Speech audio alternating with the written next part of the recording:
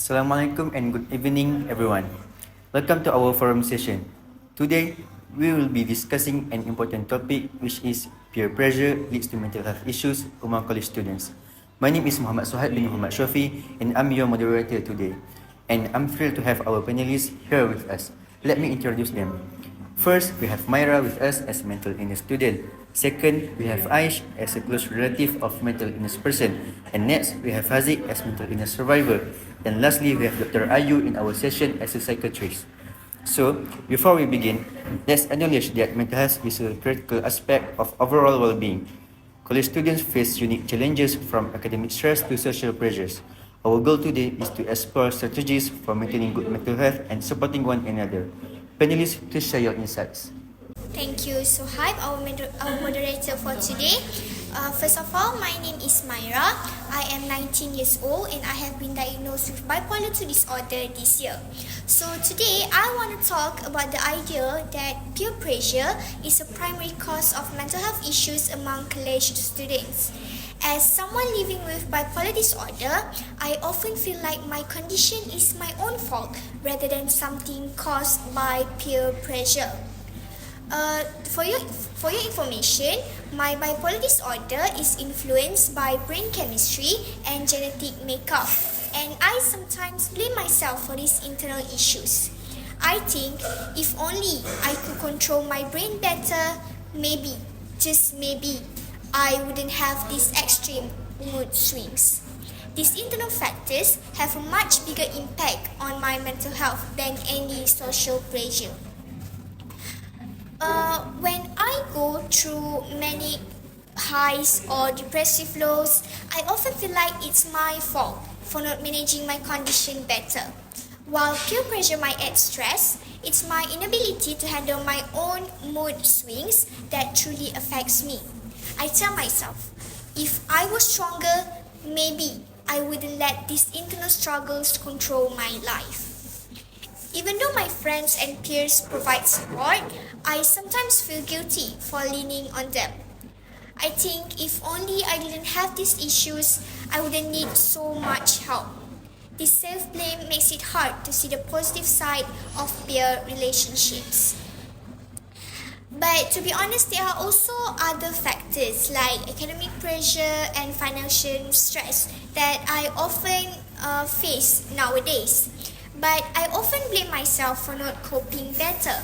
I think if only I were more resilient, these things wouldn't affect me so much.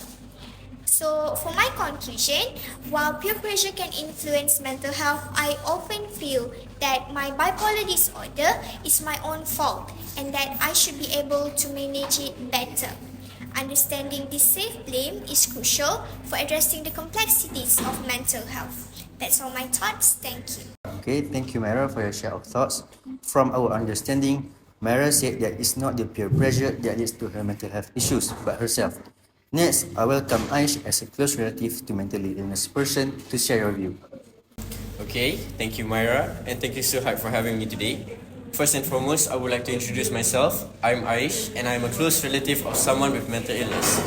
For my share, I believe that while peer pressure is a significant factor in the lives of college students, the resulting mental health issues are largely dependent on the individual's inability to handle these pressures. To be honest, I have a cousin who is struggling with this, and as I saw firsthand how much of it was due to their own inability and their internal perceptions to manage the pressures effectively and accordingly.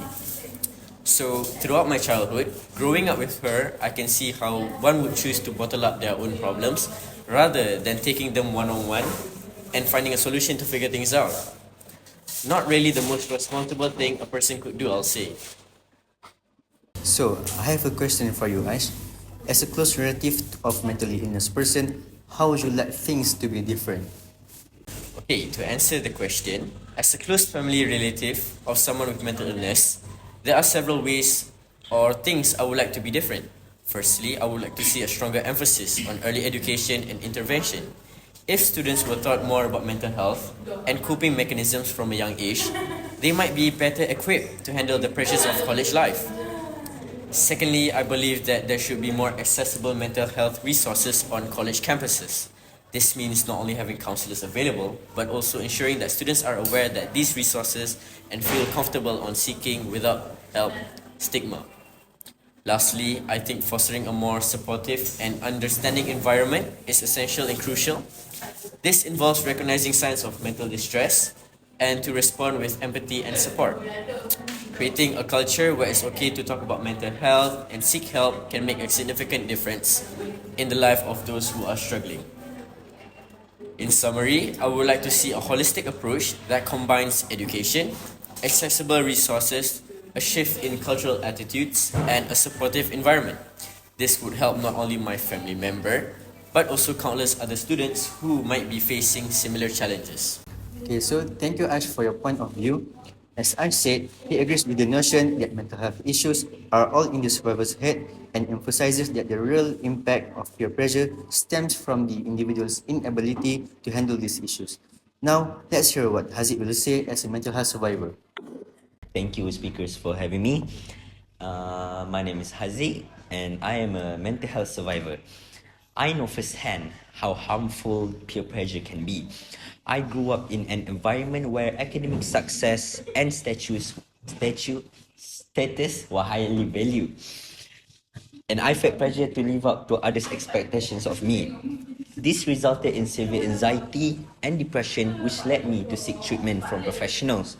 Today, I'm proud to say that I've made a lot of progress in recovering from my mental health issues, but I also know that it's important to talk about the role that peer pressure can play in our lives. As someone who has faced peer pressure, I've come to understand the value of prioritization and self-care. It's easy to get caught up with the pressure of life and lose sight of what's important, and that is our mental health and our own well-being. That's why, as a survivor of it, it has become priority to work at self-awareness. By taking the time to understand our own needs and boundaries and honoring them, we can find greater peace and satisfaction in our lives. It's important to remember that our own mental health is a valuable investment and that we are not alone in this struggle. Okay, so thank you, Haziq, for your insight. From what Haziq has said, even when we are caught up with the pressure of life, we need to realize our mental health and well-being is the most important things. Last but not least, I'll welcome Dr. Ayu to share some things about mental health issues. Thank you, Suhaib. Let me introduce myself. My name is Dr. Ayu and I am a psychiatrist. It is true that peer pressure can significantly impact students' mental health. As documented by various research studies, peer pressure, the influence exerted by attitudes and values that can lead to both positive and negative outcomes. And when it results in negative behaviors or stress, this can contribute to mental health issue as you guys mentioned earlier.